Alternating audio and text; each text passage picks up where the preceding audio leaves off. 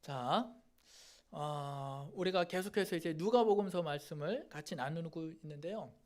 지난주에는 이제 우리가 모퉁이의 머릿돌이 되다라는 그런 제목으로 같이 말씀을 나누면서 예수님께서 그 직전에 악한 포도원 농부의 비유를 들으셨죠. 그 악한 포도원 농부의 비유를 통해서 당신이 하나님의 구원, 즉 예수님께서 하나님의 구원을 완성하러 이 땅에 오셨다라는 것을 그 대적자들 앞에서 이제 선언하셨다라고 지난주에 나누었습니다. 그러면서 같이 나눴던 내용이 뭐냐면은 그 하나님의 구원이 2000년 전에 끝난 게 아니라는 거예요. 그 당시 예수님께서 완성하셨지만 그때 끝난 것이 아니라 사실 하나님의 구원은 2000년 전 예수님의 십자가와 부활을 통해서 새로운 전개를 맞이한 것이다 라는 것입니다. 그리고 지금도 그 하나님의 구원은 진행 중에 있다라고 지난주에 같이 말씀을 나누었습니다. 이거를 신학자들은 조금 어려운 말로 이렇게 표현을 해요. 이미와 아직이다. 즉 2000년 전에 예수님께서 이 땅에 오심으로 말미암아 이미 하나님의 나라가 이 땅에 임하였지만 아직 완성된 나라는 아니다 라고 이제 신학자들은 그런 식으로 표현하기도 합니다. 때문에 하나님께서는 이 시대에도, 우리가 살아가는 이 시대에도 당신의 구원을 우리를 통해서, 다른 사람이 해줄 수 없잖아요, 그렇죠? 하나님을 믿는 우리를 통해서 날마다 완성시켜 나가기를 원하신다 라고 이제 지난주에 같이 말씀을 나누었습니다. 그러면서 마지막에 제가 우리 성도님들에게 드렸던 권면은 뭐냐, 주님께서 분명히 우리 성도님들에게 따르라고 도전을 주실 때가 있다.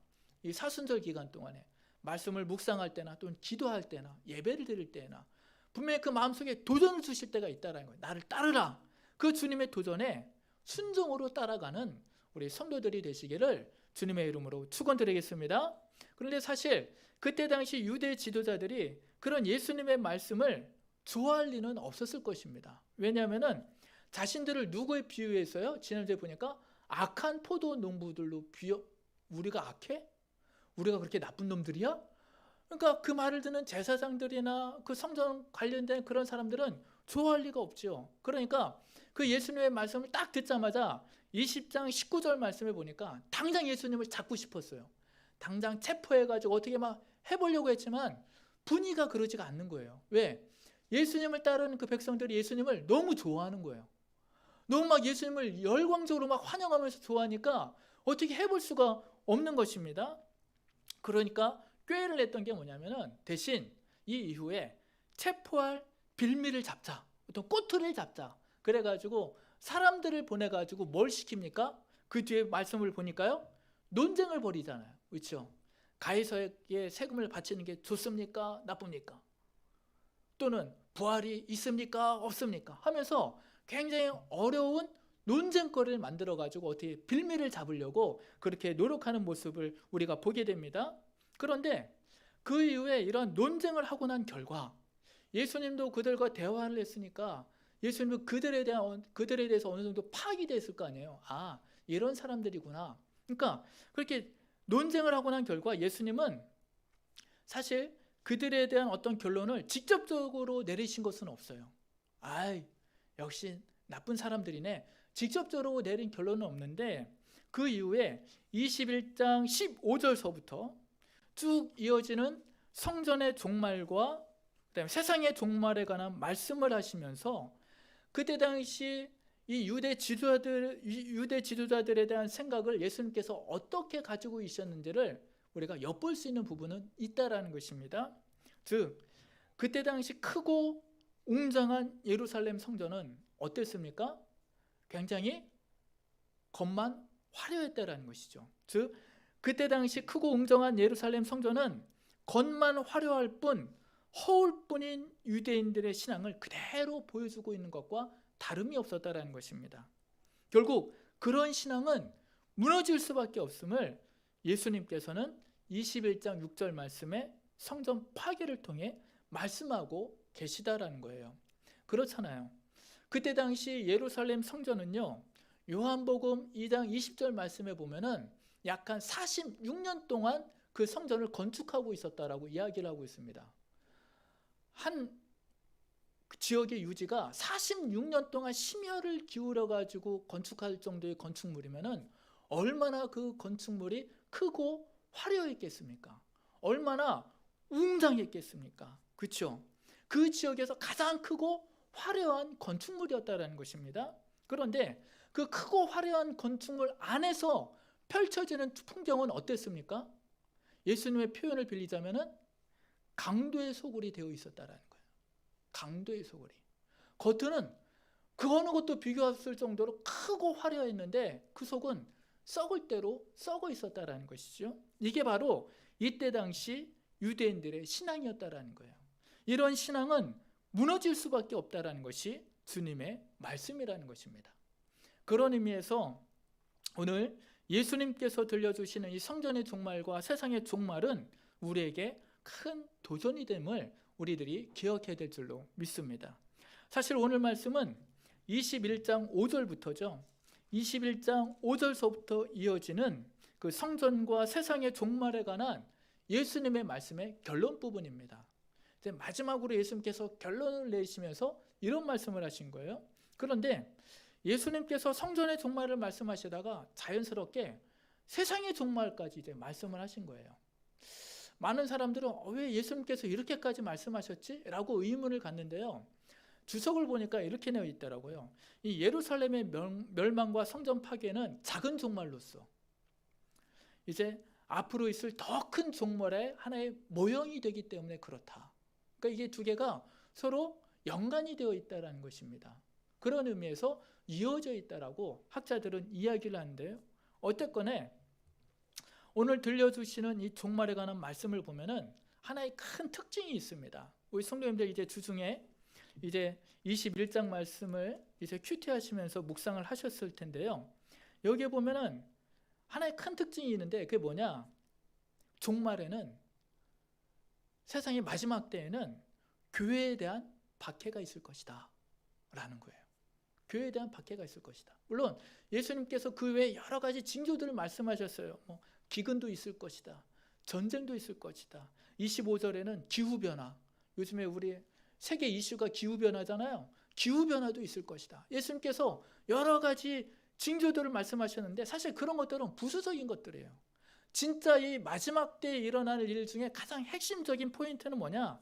교회가 그 와중에 박해를 받는다라는 거예요.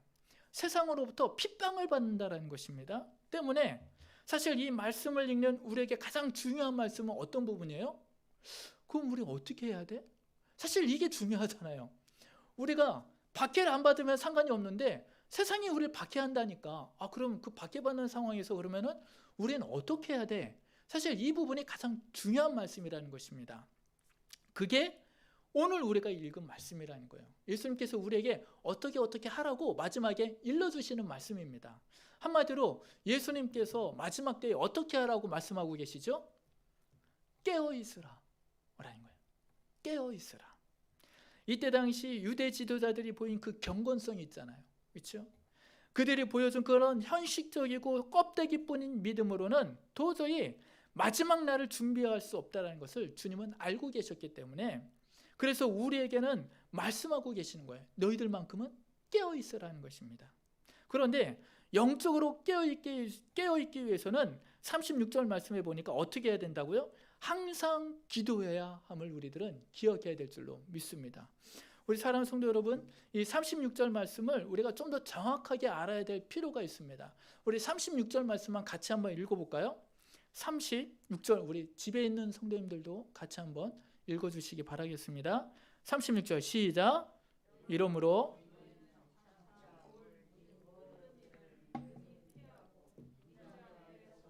항상 기도하며 깨어있으라 하시니라. 여기 보니까 항상 기도하며 깨어있으라 라고 이야기를 하고 있습니다. 근데 이 말의 의미가 깨어있어서 기도하라는 뜻이 아니에요. 내가 영적으로 딱 각성을 하고 깨어있어가지고 기도하라는 뜻이 아닙니다. 이 말의 정확한 의미는 우리가 기도해야 영적으로 깨어있을 수 있다는 뜻이에요. 말의 의미가 틀리죠.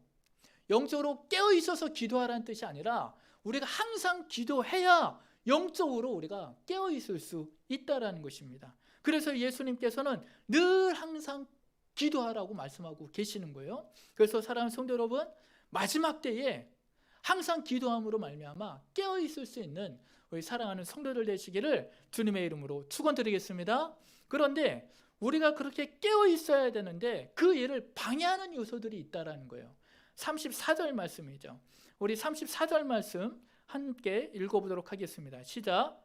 너희는 그렇지 않으면 방탕함과 술 취함과 생활의 염려로 마음이 둔하여지고 뜻밖의 그날이 덕과 같이 너희에게 임하리라. 아멘. 34절의 말씀에 보니까 우리가 깨어 있어야 되는데 깨어 있지 못하도록 방해하는 요소들이 있어요. 방탕함, 술 취함, 생활의 염려. 이런 것들이 우리 마음을 둔하게 만든다라고 이야기하고 있어요. 둔하다. 이 둔하다라는 게 헬라로 바레오인데, 바레오는 짐을 지우다 또는 내리누르다 아니면은 무거워지다. 우리 성도님들 그런 경험 있으신가요? 갑자기 내 몸에 뭐 이렇게 막 너무 많이 먹어가지고 어느 기간 동안 몸이 불어가지고 몸이 좀 둔해지는 그런 느낌. 그게 둔하다라는 거예요. 그러니까 민첩하게 행동하지 못하고 민첩하게 반응하지 못하고 좀 굼뜨는 거, 그게 바레오, 둔하다라는 것입니다. 즉 한마디로 세상 일에 방탕함이건 술 취함이건 생활의 염려건 그런 세상 일에 우리가 집중을 하다 보면은 그 반대편에 있는 영적인 일에 우리가 둔해질 수밖에 없다라는 것입니다. 그렇잖아요. 우리가 한쪽에 집중하다 보면은 다른 한쪽에 소홀해지는 경우가 우리도 많이 경험을 하지 않습니까? 예수님의 말씀은 그런 거예요. 너희가 방탕함이건 아니면 생활의 염려건 세상 일에 니네들이 그렇게 매여 있고 거기에 집중하다 보면은 영적인 부분에서 둔해질 수밖에 없다라는 거예요. 민감하게 민첩하게 반응을 할 수가 없다라는 게 예수님의 말씀입니다. 우리도 살다 보면 그렇잖아요. 한쪽에 막 치우치다 보면 다른 쪽이 소홀해지는 경우를 우리도 가끔 경험을 하게 됩니다. 제가 대전에 있을 때요. 제가 또 대전에 있을 때 얘기를 말씀을 드리는데 대전에 이제 부교육자로 있을 때 그때는 정말 바빴던 것 같아요. 눈꽃 뜰 새 없이. 이 새벽에 새벽 예배 드리러 나가서 밤에 들어올 때가 많이 있었습니다. 예. 밤에 들어올 때가 많이 있었어요. 교회 행사도 많고 신방도 많고 그리고 그 지역이 지방이다 보니까요. 목회자한테 맡기는 사역이요. 좀 많이 있었어요. 목회자 한 사람이 부목사 한 사람이 좀 감당해야 될 사역이 수도권에 있는 목사들보다 한 두세 배 정도 됐을 것 같아요. 왜냐하면 교구도 맡아야 돼요. 교육기관도 늘 하나 맡아야 됩니다. 청년부가 학생부가 늘 하나 맡아야 돼요. 찬양팀도 하나 이끌어야 됩니다. 찬양팀도 이끌어야 됩니다. 전도도 해야 돼요. 교구 성도들 데리고 전도도 해야 돼요. 그거 외에 교구 행사를 또 따로 해야 돼요. 그러니까요. 눈코 뜰 새가 없네요. 365일 계속 행사고 계속 밤낮으로 계속 이제 그 사역을 감당을 해나가야 됩니다. 그러니까 대전에 있을 때 우리 사모가 저보고 하숙생이라고 불렀어요. 잠만 자러 온다고. 밥도 집에서 거의 못 먹었습니다. 애들이랑. 늘 항상 아침, 점심, 저녁 늘 항상 밖에서 먹고 다녔고요. 하숙생이라고 불렀는데 그런데 하루는 그날 저녁에 퇴근을 하고 이제 방에서 제가 잠깐 졸았던 것 같아요. 잠깐 졸았는데 그때가 우리 하은이 첫째가 초등학교에 들어갈 때였나? 7살, 8살 그 어간이었을 것 같습니다. 그러니까 우리 효은이는 이제 막 기어다니고 막 그럴 때죠. 잠깐 졸았다가 일어나 보니까 집안 분위기가 싸늘한 거예요. 저녁 때 다른 집 같으면 다 불 켜놓고 막 있잖아요. 불도 다 켜지 않고 어두컴컴한 데서 우리 사모가 혼자서 싱크대에서 설거지를 하고 있는 거예요. 막 물 틀어놓고 막 탁탁탁 하면서 막 설거지하는데 머릿속으로 한번 상상해 보십시오. 불도 막 이제 다 켜지 않은 상황에서 우리 사모 뒷모습이 이렇게 보이는 거예요. 막 설거지하는 모습이. 그냥 공포 영화 중에 하나. 그런 장면 떠오르는 겁니다. 이거 왜지 그러지? 애들은 막 겁에 질려 있고요. 왜 그러지? 무슨 문제가 있지? 그런데 갑자기 제 일어난 제 모습을 보고 하은이가 저한테 막 달려와가지고 제 귓속말로 속삭이는 겁니다. 아빠, 오늘 엄마 생일인 거 몰랐어? 라는 거예요. 아침까지 제가 기억하고 있었는데 깜빡했던 것이죠. 그래가지고 아무것도 사두고 들어오지 못하고 그냥 들어와서 잠만 자고 있었으니까 우리 사모가 얼마나 화가 났겠어요. 야, 니네들 서 있어! 하고 막 애들 혼낸 다음에 혼자서 설거지하고 있었던 것 같습니다. 교회 일로 바쁘다 돌아다니다 보니까 집안일에는 그만큼 신경을 쓰지 못했던 것이죠. 오늘 34절 이 예수님의 표현을 빌리면은 이 사모의 생일이 저한테는 덕과 같이 임한 거예요. 갑자기 저한테 임한 겁니다. 물론 사모 입장에서는 그 생일을 기다렸겠죠. 며칠 전부터 기다렸겠죠. 그날을. 우리 목사님이 뭐 조그마한 선물이라도 해주겠지. 생일 케이크라도 사오겠지. 기다렸을 것입니다. 그런데 저한테는요, 그날이 덕과 같이 임한 거예요. 갑자기 저한테 찾아온 것입니다. 마찬가지로 우리가 세상 일로, 그게 즐기는 일이건 생활의 염려이건 세상 일로 우리가 그렇게 마음이 그쪽에 이렇게 매여 있다 보면은 영적인 부분이 둔하여지면서 하나님의 일을 또는 우리 삶 속에서 펼쳐지는 그 하나님의 섭리를 깨닫지 못하고 지나갈 때가 많이 있다라는 것입니다. 이때 당시 유대 지도자들이 그랬다라는 거예요.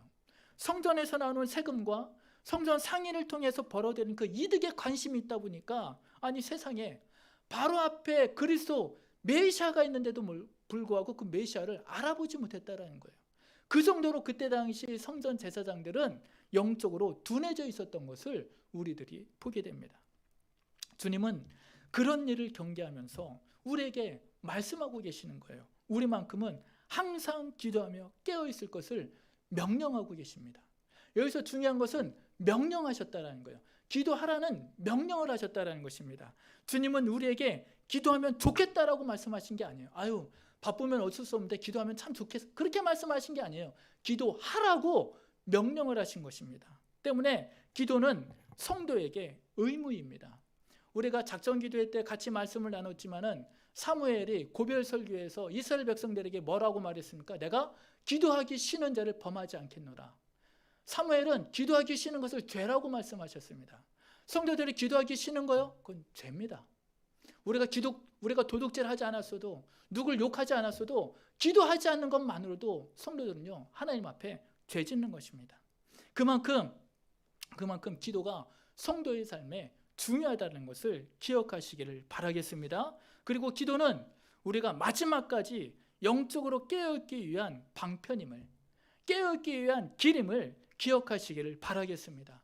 그래서 수많은 믿음의 선배들이 그렇게 기도를 강조했던 거예요. 성 어거스틴은 기도는 영혼의 호흡이라고 말씀을 하셨습니다. 보네포 목사님은 기도는 성도의 삶의 심장과도 같다고 우리에게 말씀을 해주셨습니다. 기도해야 영적으로 깨어있을 수 있고, 기도해야 36절 말씀처럼 마지막 날 주님 앞에 우리가 믿음으로 설 수 있음을 기억하시기를 바라겠습니다. 때문에 우리 사랑하는 성도 여러분, 늘 기도하시면서 깨어있을 수 있는 우리 사랑하는 성도들 되시기를 주님의 이름으로 축원드리겠습니다. 말씀을 마치겠습니다.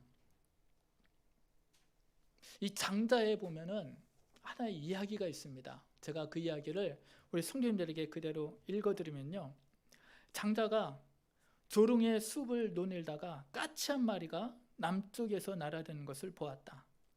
장자는 화살을 겨누었다. 그런데 문득 보니 매미 한 마리가 서늘한 그늘을 즐기느라 여념이 없었고, 그 옆에는 사마귀가 그 매미를 잡으려고 생각에 홀려 있고, 저 이상한 까치는 바로 그 사마귀를 잡을 생각에 자신이 어떤 처지에 있는지를 잊었던 것이다. 장자에 보면 이 말이 있습니다. 굉장히 유명하죠. 매미는 그늘에서 편히 쉬느라고 사마귀가 자기를 잡아먹으려고 한다는 사실도 몰랐고, 사마귀는 그 매미를 잡아먹으려고 하는 생각에 까치가 자기를 노리고 있다는 생각을 전혀 못했던 거예요. 그 상황을 전혀 생각을 못했던 것이죠. 그리고 그 까치는 그 사마귀를 잡아먹을 생각에 장자가 화살을 겨누고 있다는 자신의 처지를 전혀 알지 못했다는 것입니다. 예수님 당시의 유대 지도자들이 이 장자에 나오는 까치와 같다라는 거예요. 눈앞에 보이는 그 일들 때문에 자신들의 영적인 상황이 어떤지를 전혀 눈치채지 못하고 있었다라는 것입니다. 예수님께서 그 유대인들과 논쟁을 하시고 난 다음에 내린 결론이에요. 이들은 세상의 일 때문에 영적으로 많이 둔하여졌구나 라는 것입니다. 주님은 그런 유대 지도자들 보면서 우리에게 명령하고 계시는 거예요. 항상 기도하며 깨어있으라. 특히 세상에 신경 쓸 것이 많고 미래에 대한 불안함과 두려움이 커지는 때일수록 무엇을 먹을까, 무엇을 입을까는 주님께 맡기고, 그렇잖아요. 그렇죠? 우리가 주님께 먼저 맡기겠다고 했습니까? 아니잖아요. 주님이 맡아주시겠다고 했잖아요. 주님께서 먼저 우리에게 말씀하신 겁니다. 그러고 보면 참 우리 주님 친절하셔요. 우리가 기도 못할까 봐, 우리가 기도한 일에 신경 못 쓸까 봐, 마치 마트에 가면은 애 봐주는 직원들이 있는 것처럼, 야, 세상 일은 내가 맡아줄게, 너희들은 기도해. 예수님께서 이렇게까지 해주시지 않았습니까? 그렇죠? 그럼 우리는 어떻게 해야 되겠습니까? 우리는 기도해야 할까요? 하지 말아야 될까요? 예수님께서 이렇게까지 우리 기도하라고 신경 써주셨는데요. 사랑하는 성도 여러분, 항상 우리는 기도하며 깨어있는 성도들이 되어야 될 줄로 믿습니다. 그래야 유대인들처럼 껍데기뿐인 믿음이 아니라 주님이 원하시는 참 믿음 생활을 할 수 있기 때문에 그렇습니다.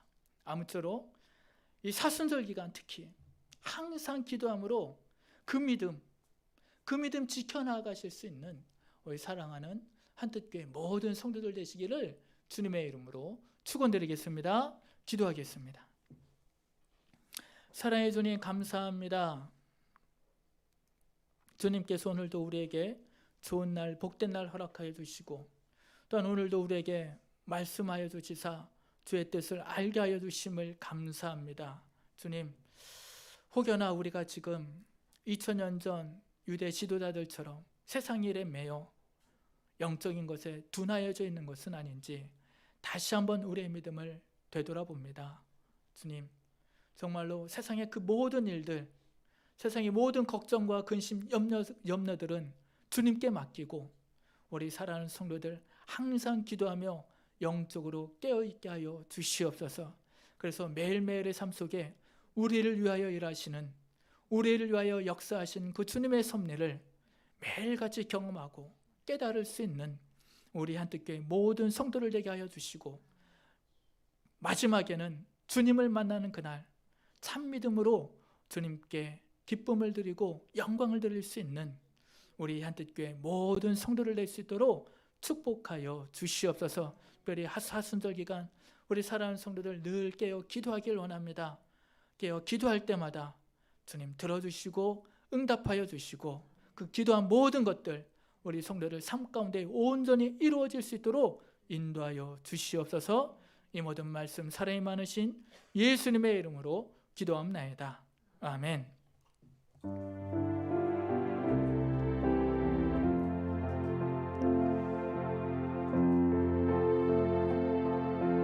나의 손